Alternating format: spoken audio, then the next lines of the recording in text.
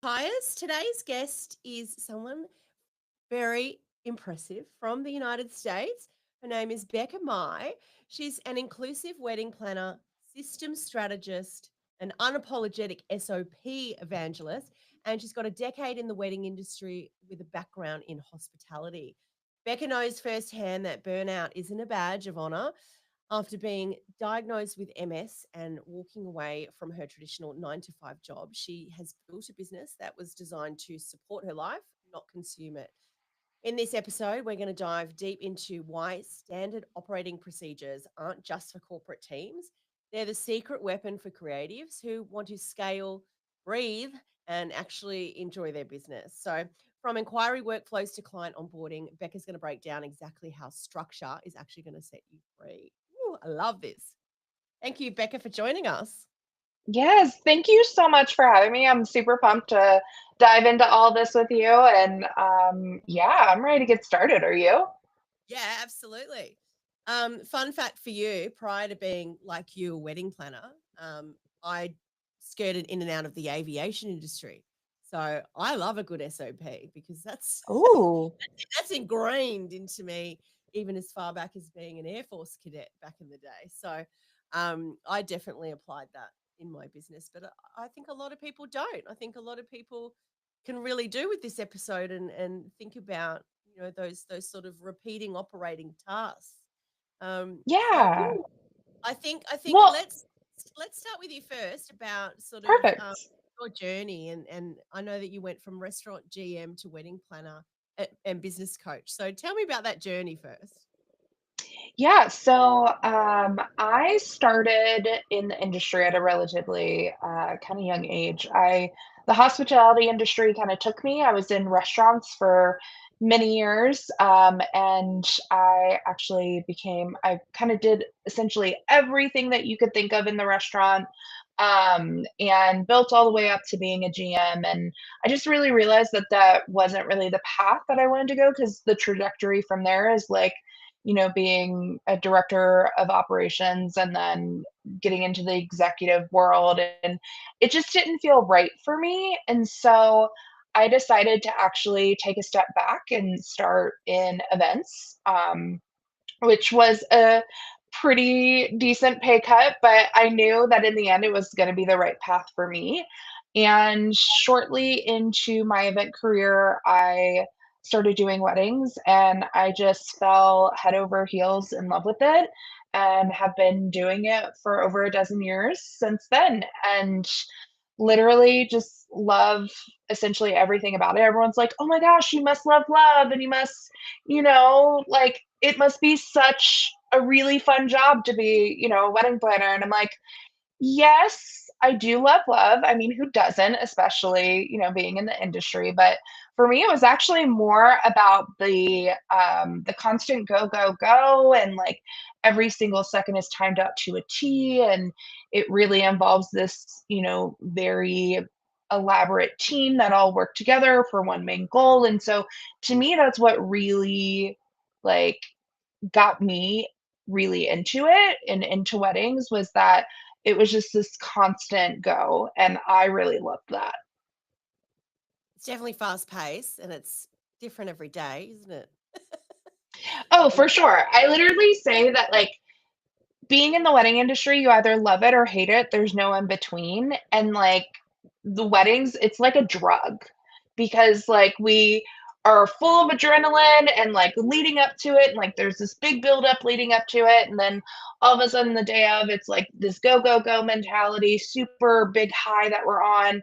And then at the tail end of it, we get this drop, you know, Yeah. afterwards, which is our wedding hangovers. And then we're like scratching at our necks, like, okay, when's the next one? We're like little like, wedding crack addicts. Yeah, I agree. I agree. Um, uh, I'd like to know. I know that you were diagnosed with MS. Could you sort of Yeah. talk me through like how that's kind of played a part in shaping how you approach business today? Yeah, for sure. So I was diagnosed in the summer of 2019 while I was still working as a director of event operations at a pretty renowned wedding venue in DC and in the States. And so it was definitely a whirlwind, and it really opened up my eyes to, life in general, and that life is too short, and we really need to kind of live it, up to the fullest. And it also made me realize too that I needed to put in stricter boundaries for myself.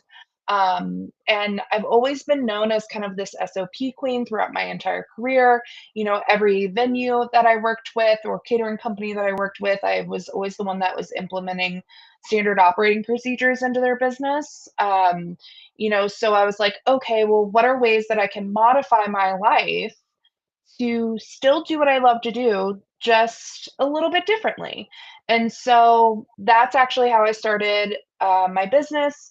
Was one, I loved actually SOPs. I really love them because I need to know my barriers and my lines in order to operate. That's just how my brain works. And so I also realized too in the industry that a lot of wedding professionals, they don't get into the business that they have because of actually running a business.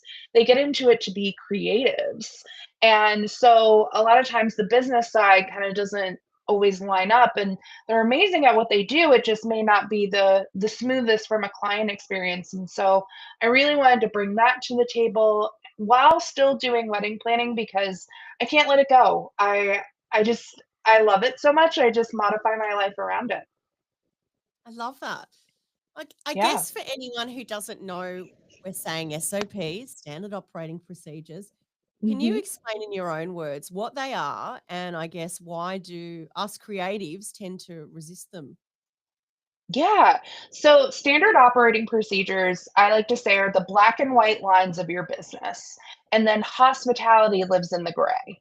Okay. So if we don't have those boundaries or those lines, those black and white lines, then we're just in this gray abyss of just like trying to move along with hospitality, but not knowing where to go. So these standard operating procedures really become the foundation and the backbone of your business. It's literally what you do every single day, day in and day out, just with structure. And it's having these like lines so that you can either build your team or build your client experience or both.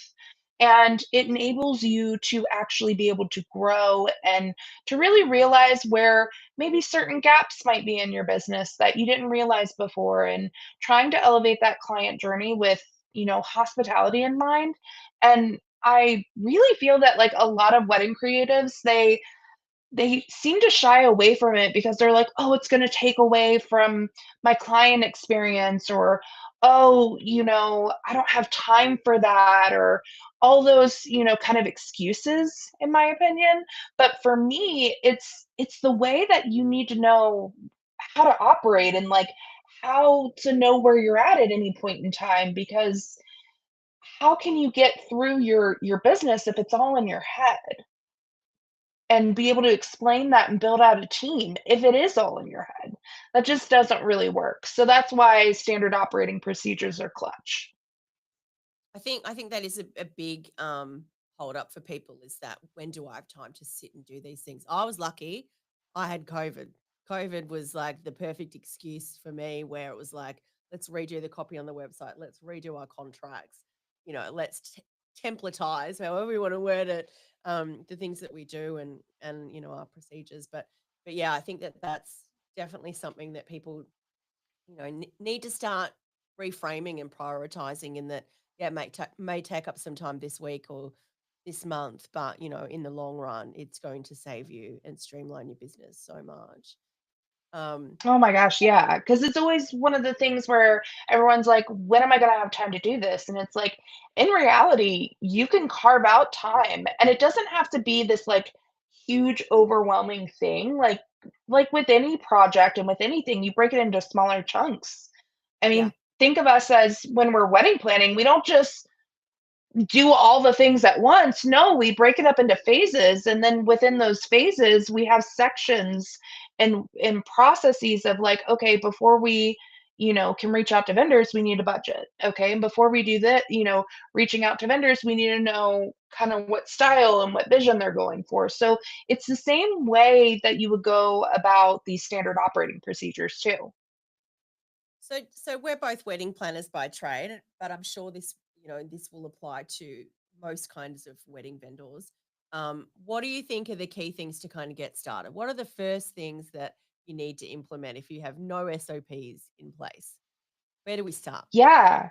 Yeah, where do you start? Definitely want to first break it up into sales versus ops. So sales is anything from inquiry all the way up to the client booked, and then ops is anything from your onboarding to offboarding your couple. So first, you want to break those two um, SOPs into two separate buckets. And then from there, then you need to create a workflow. So this workflow is literally what you do day in, day out, getting through the client journey and the client process. Just go ahead and write down your sales process. Just be like, boom, boom, boom. This is what I do when an inquiry comes in. This is what I do. So take it section by section. And I would say literally carve out 30 minutes of your day, 30 to 45 minutes of your day when you first start. Don't leave it till the end because then you won't do it. But 30 to 45 minutes at the beginning of your day, just dedicate it to just writing it down. It's really pulling from whatever's in your brain and putting it down on virtual paper is what I like to say. So either put it in, a Google Doc or, a Word doc and just start there. And then you'll really find that it's a snowball effect after that. Because then you think, "Oh, well, I need now a template for this, and now, oh, with this workflow, I need to add this piece of collateral," and, like, keeping things going, and that's really what it's about. And I think having that set in your mind, I know with the wedding academy, quite often, like most of my crew, we're all over the world and remote workers and on different time zones. So we lean on Loom a lot to sort of create a video training and share that with the person. But knowing that, like, okay, that's actually going to be really useful for someone else. Let's record that in a way that we can put it in our SOPs and share that as a resource for people down the track. Just having that, I'm going to the bother of training this person in this. I'm sure I'm going to have to do it again. So just having that thought, I think, is really helpful as well. Um, Yeah, exactly, and I say, like, these workflows that you create then become like your training manuals. yeah, yeah. So can you explain the difference between a process that's automated versus one that's optimized? Yeah, so here's the difference, and I use my terminology just a little bit different than anyone else. So, um, really, I would say you should optimize your wedding business, not automate it. There are certain things that do need to get automated, but then there are a majority of things in, your workflows with your wedding couples that should not be automated because they require a personal touch, So I always say that anything that are like reminders or things that you've already previously communicated, like when the invoice is due and those types of things, those can be automated, which are literally you put on a scheduled date and it'll automatically send that out. That makes sense. But all of those human touch points of when to connect for the final details meeting, when to talk about, the design deck and those types of things. Those are human touch points, and those need to be optimized, not automated, because you shouldn't just hit a button and expect it just to go, because that's not the way the wedding industry is. The wedding industry is very personal. These couples, these clients, they're spending thousands and thousands of dollars on the day that's the most joyous for them and to celebrate their love, and so you can't go about it robotic like, and everyone knows when they get an automated message or anything like that, they know that that's a robot talking to them. So it should never be that way or should feel that way. But there are ways that you can streamline things and optimize things to quicken the day-to-day tasks. So that way it's not like flying by the seat of your pants all the time, and you really feel that your clients are being taken care of, but you're still staying on target and on task with everything. Mm. Okay. So for the tasks that we can kind of get help with, by a software, what kind of tools would you recommend? Like, what are your favorite at the moment? Yeah, I mean, here's the thing is that there's not a one size fits all when it comes to these platforms and these programs. I always say that if a platform or program can fulfill 80% of your needs, then that's the right one for you. Because then you're able to actually get, what you need out of it. So, some of my favorite tools, though, are actually optimizing your inbox and your cloud storage, believe it or not. If you actually organize those base things, it'll make your life a lot easier. I always say treat your inbox as like real mail. You're not just going to throw mail everywhere. Any important notes that you get, you're going to keep those aside. You're going to file those away. You're going to store them that way if they're physical. Then for your cloud storage, think of that as like a virtual filing cabinet. You're not just going to throw things in there. You're going to organize it. You're going to create folders and tabs, and that should be the same way. So, optimizing that because a lot of people neglect their inbox and their cloud storage. But that's actually what we use the most, to be honest, out of all of the tools that we use. So, that one should be your top one that you optimize. Then moving into scheduling tools, so like Calendly, Acuity, those types of things to be able to keep that back and forth at a very, very minimum. Then CRMs or PMs. So CRMs are client relationship management software, and then PMs are project management software. So CRMs have the ability to automate, so send out those auto reminders. They have the ability to have workflows and portals and those types of things. And then project management tools, those are more task list focused in getting the client through a journey. There's really not a lot of automation in there. So those are like the two different aspects that you can go with. So examples of those CRM is like Honeybook and Dubsado. Project management tool is like for us as wedding planners, IO Planner or, Trello or Notion, Basecamp, those are PMs. So having one or both of those tools become helpful. But if you don't have the pieces to add to those tools, then the CRM, you're working for the CRM rather than the CRM working for you. So just keep that in mind when you do go to that one. So those would be kind of the things that you kinda can't really have your business without. So, how have some of these systems help you manage your health while running a business? They helped you when it Yeah. comes to balancing that well? Oh, yeah, for sure. I mean, I have really modified kind of my life so that way, I'm able to operate my business and maintain my health boundaries. So, the biggest things is by keeping, my clients on target and on task. Has been extremely helpful because if they fall behind, then that puts added pressure on me, which puts undue stress on me, which means that could potentially cause a flare up. And it's just not worth that. So, having these systems in play have really kept my clients on target and me on target from getting behind and then adding to that stress. Great. And I think everyone needs to learn about boundaries and making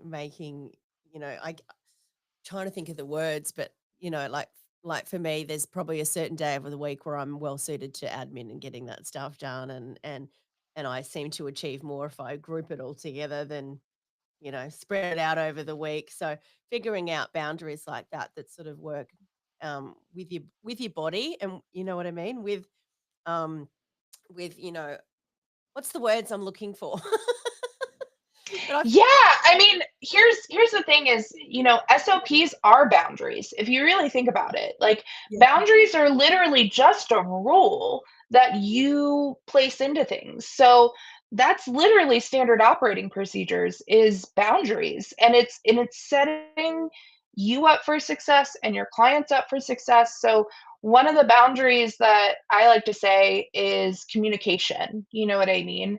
For Yeah, me, I always tell all of my couples, I'm like, look, email is for work, texting is for fun. I yeah, literally have that on, like, my welcome guide to them and letting them know my communication process is that yeah, here are the tools that we're gonna be using, here's when you can actually get me, here's when I'm available, here's links to schedule calls, like, all of that, those are literally standard operating procedures, but that's a communication yeah. operating procedure, and Not that's it's not just what channels, it's also, if I can't get exactly, back to you, I will get back to you as soon as I can. Like, I put in, sleep mode, for example, on my phone, so if there's a client I would set up a WhatsApp group for my clients usually, and if there's something there that went in there, at 9:10 and I went to bed, then, you just set up those realistic expectations, well before that. exactly, Yeah. exactly. So I think this is pretty straightforward, but how can these SOPs actually improve the client experience and not feel robotic? Oh, yeah. I think that's one of the biggest fears is that, wedding pros, when they get into certain aspects of the business, they're like, I really don't want to automate or optimize because then it's going to feel super robotic. And that's one of the big fears. But there's a way to automate and there's a way to optimize with keeping hospitality 100% in mind. And so if you have that mindset where, as I mentioned before, reminders and things that you've already communicated can be auto sent, but any human touch points cannot. So that needs personalization, and kind of keeping that. But it elevates your client journey significantly because I'm going to tell you what, when you have SOPs in place and structure, people love structure. They crave it. I mean, look at us. We crave authority. We crave knowing our boundaries and our rules and like think of school or social life too. I mean, that's why Mm, we have, police officers. That's why we have, politicians. We love having somebody kind of let us know how we're supposed to operate as a mm, society, as a human. Even our wedding couples, they even crave it. They're like, what am I supposed to do? What's normal? And so they are the ones that are like, okay, I want to know what's happening. And the way that you do that is by having clear, concise, standard operating procedures to elevate your client journey. Because they're going to crave it and they're going to like applaud you for it. They're going to be like, this process, this planning journey was so easy. They had everything right away before I even had to reach out. They were already on it and sending me things and questionnaires and getting things all together. And then they had, a portal for me to go to that had everything there. So if you can implement these SOPs into your business, then your clients will definitely respect it, they'll love it, and it'll literally take them to, a place where they feel like you can then handle their day. If yeah, your business isn't feeling like it feels bumpy and clunky and their client journey feels clunky, they're gonna be like, "How's our wedding day gonna go?" yeah. They're gonna be I like, also think too, it's creating consistency with that process. Like, if they're all if you can be at an event and just know in the back of your mind they're getting their reminders, they're getting their welcome pack, the contract's gone.